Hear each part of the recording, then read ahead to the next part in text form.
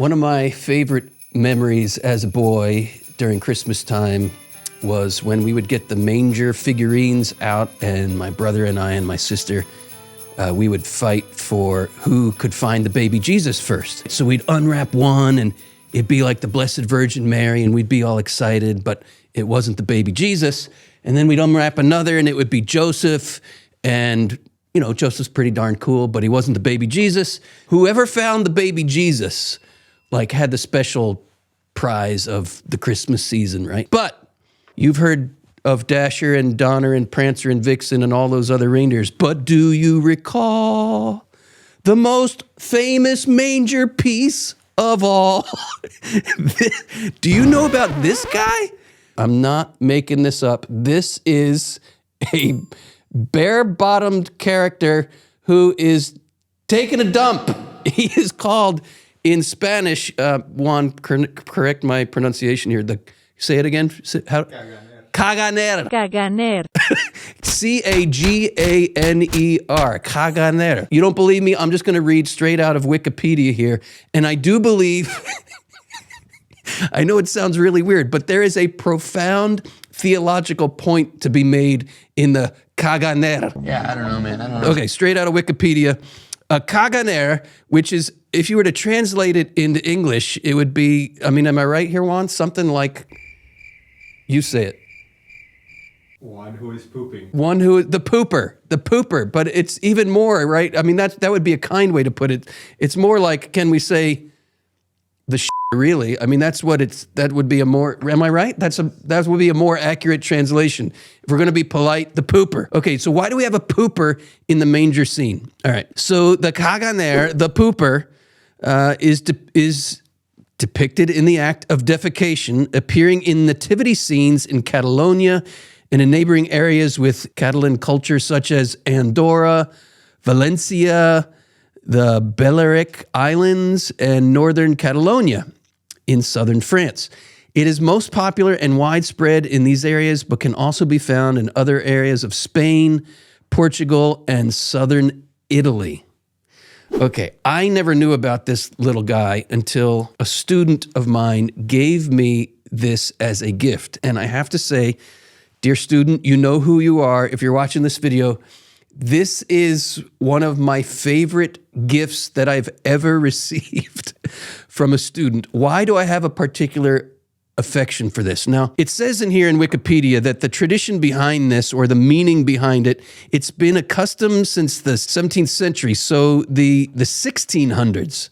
It's been a tradition since the 1600s. Here's some possible explanations. The Caganer, by creating feces, is fertilizing the earth. It was a customary figure in nativity scenes in the 19th century in this country, but this other part of the article says it goes back to the 16th century, or the 17th century, because people believed that this deposit symbolically fertilized the ground of the nativity scenes, which became fertile and ensured the nativity scene for the following year. Placing this figurine in the nativity scene brought good luck and joy, and not doing so brought adversity, so people thought. Okay, that might be maybe one of the customs behind it, but I want to talk about the theological meaning of this. Here we go! Where was Jesus born? He was born in a stable. It smelled like manure. When you think of the smells of Christmas, you might be thinking, you know, the Christmas tree. You might be thinking, I don't know, whatever your mom or your grandmother makes for Christmas dinner, but you're probably not thinking about the smell of manure. But it is one of the essential, shall we say, fragrances of Christmas. It is of great theological significance that Christ, the second person of the Trinity, incarnate, born of the Virgin Mary, was born in a stinky animal stable that smelled of manure. It's a sign that he's not afraid of anything. He's not afraid of the earthiness of taking on flesh. Put it this way, it was some book I was reading once, I don't remember what, or some article, and this nun said, hey, if Jesus can be born in a stinky stable that smelled of manure, he can certainly be born in my heart too. And that's why I love this figurine.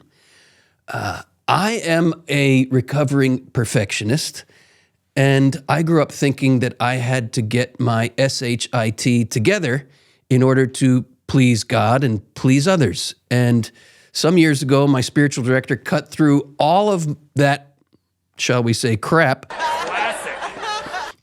And said, Christopher, a saint is not someone who has his SHIT together. A saint is someone who has all of his or her SHIT open to the merciful love of God.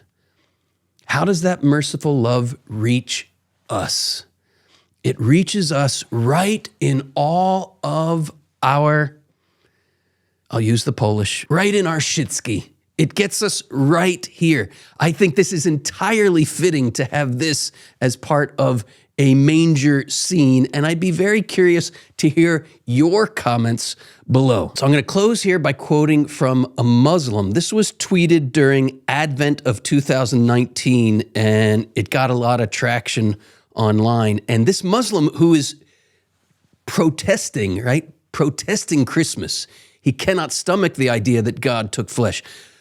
But in his protest, he's putting his finger exactly on this mystery, you might say, that God is not afraid of this. We might be afraid of this, but God is not. This is what the Muslim said. Imagine believing that a woman gave birth to God, the Most High, and that he needed to be breastfed and be taken care of by his own creation. Imagine believing that God used to defecate and urinate upon himself and had to be cleaned by his mother. Exalted is Allah above their lies. Again, in his protest, which on the one hand is understandable, let's be honest, a purely spiritual God who loves us from a distance, who loves us merely in a spiritual fashion, is much more tenable and much more becoming than a God who literally bleeds to love us. A purely spiritual God, especially for us if we have body issues, a purely spiritual God is much more acceptable than a God, as he says, who defecated and urinated upon himself and had to be cleaned by his mother. Reminds me of a line where Jesus says in the New Testament, "Blessed are those who take no offense at me." My sense of this whole comical on the one hand, but theologically serious piece of the manger set in certain parts of Europe, my take on it is it's an invitation for all of us to really reckon with the depths of the mystery of the God who took flesh. It means, as Pope Benedict XVI says, reflecting on the incarnation, it means nothing is banal. Nothing is merely ordinary. Everything Christ took on became holy. Became holy. A friend of mine tells the story of a monk who says, "I never feel closer to God than when I'm sitting on the toilet reaching for the toilet paper." This is how he started a talk at a monastery once that my friend attended.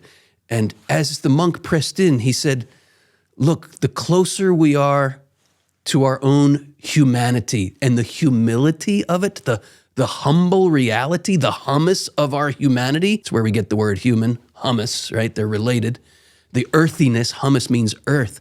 The closer we are to the earthiness of our humanity, the closer we are to the mystery of Christ, who himself took on the mystery of our hummus, of our humanity, sanctifying all of it. Meaning,